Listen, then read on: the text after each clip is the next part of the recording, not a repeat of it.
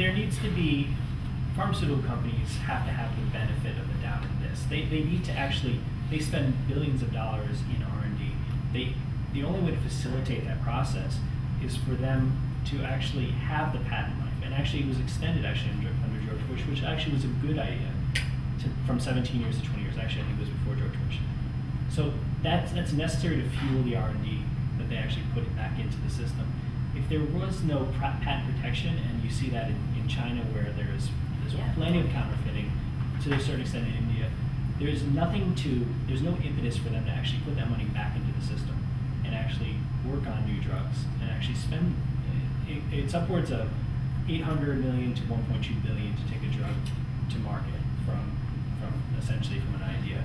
It's like and 8 to 12 tenets years. of capitalism, but in healthcare there isn't the other tenets of capitalism, with competition, so that the manufacturers can maintain that position and that it's correct and valid, but then they have to concede the other, so that the government should be able to negotiate lower prices, and other suppliers with not bioequivalent, but with therapeutic equivalent, or whatever the current term is, should be able to come in and negotiate a lower price. And there shouldn't be, insurance monopolies or any of these other tenets of capitalism. So that would be a fine system.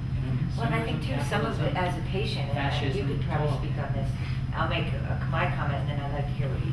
A lot of times, when I was going through chemotherapy, I wasn't given an option of what type of drug to take. They told me, you mentioned it, I think it was Neulasta, maybe. So after your chemo, you're going to be really sick, and then you're going to come in tomorrow. We're going to give you this shot, and you're going to hurt even more, but it's going to make you feel better in the long. I didn't listen to anything. I was going through so much trauma.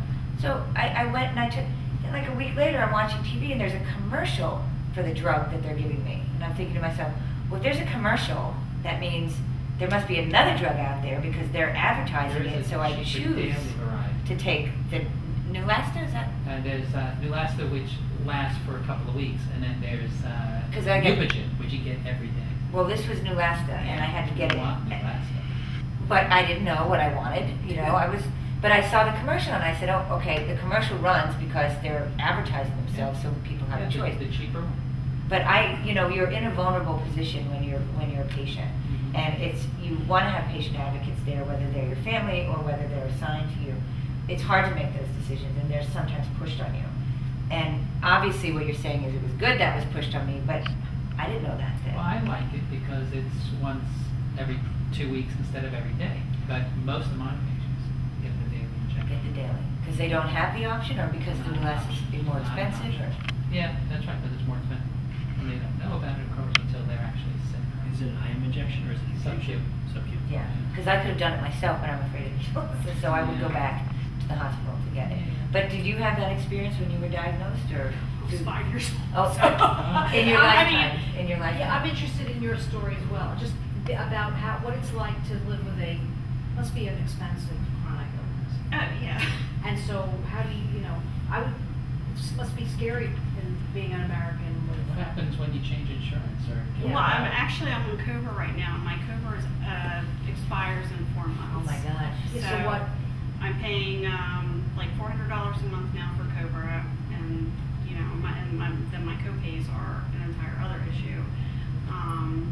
Is this the first time you had a switch or you had a gap? I've always managed to have insurance.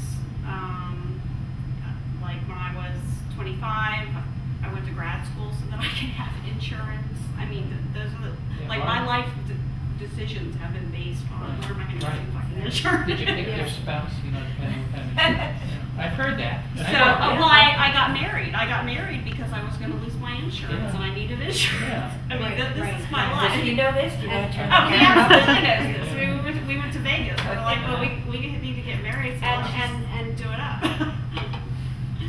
You touched on a really good point, the portability of healthcare. But you're a resident of New York State, I think. No, I live in New Jersey. Oh, New Jersey. Well, New York State is one of the more merciful states, which means that if you've been continually insured, they bastards have to sell you insurance. They can charge you a lot, but they have to. If you can pay, they have to. 400's not bad. Yeah, but 400. Right. Oh yeah, 400 is nothing. When Right. I get in 4 months, when I get on my husband's plan, we'll be paying $1,000 a month, and he works for a home health care agency. those kind of requirements, I don't think, do they? They can't deny coverage to anybody. You can buy But they private adjust- insurance, but Right. it's, Yeah. $1,500 They a adjusted your month or rate, even though whatever. you got it through your employer. Is that their typical copay or whatever you call contribution, employee contribution, $1,000 for a family? That's just his company. They We're not offering have much of really a crappy benefit. insurance. They do, because in fact, and it's not very, custom, right? So I've done hospital administration, right, and HR gets together and they go out to different vendors and they say, okay, here's a package that looks like it's gonna provide them with all these goodies, right? But you actually only have to pay a certain amount for this, and then you're gonna try and pay, get as much as you can from your employees. None of it's done as crassly as I'm articulating. There's people around the table also. But $1,000, your employer's contributing nothing.